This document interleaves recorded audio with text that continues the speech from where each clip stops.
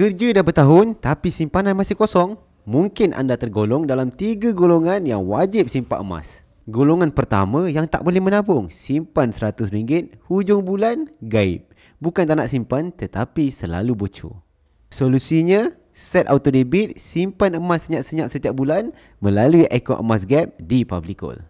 Golongan kedua ada simpanan yang baik tetapi semua dalam tabung haji, ASB, KWSP. Masalahnya, nilai duit makin jatuh dirompak inflasi. Solusinya, pindahkan simpanan jangka panjang ke emas biar duit bertukar menjadi emas.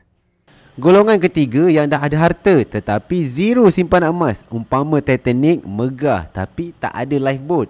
Solusinya, 10% daripada pendapatan patut ditukarkan kepada emas. Sekurang-kurangnya 1 kilogram emas sebagai insurans keluarga anda. Kalau anda salah satu daripada 3 golongan ini, mungkin emas jawapannya. Saya boleh bimbing anda mula simpan emas walau serendah RM100. Klik link di bio atau PM saya sekarang. If you learn something, please comment.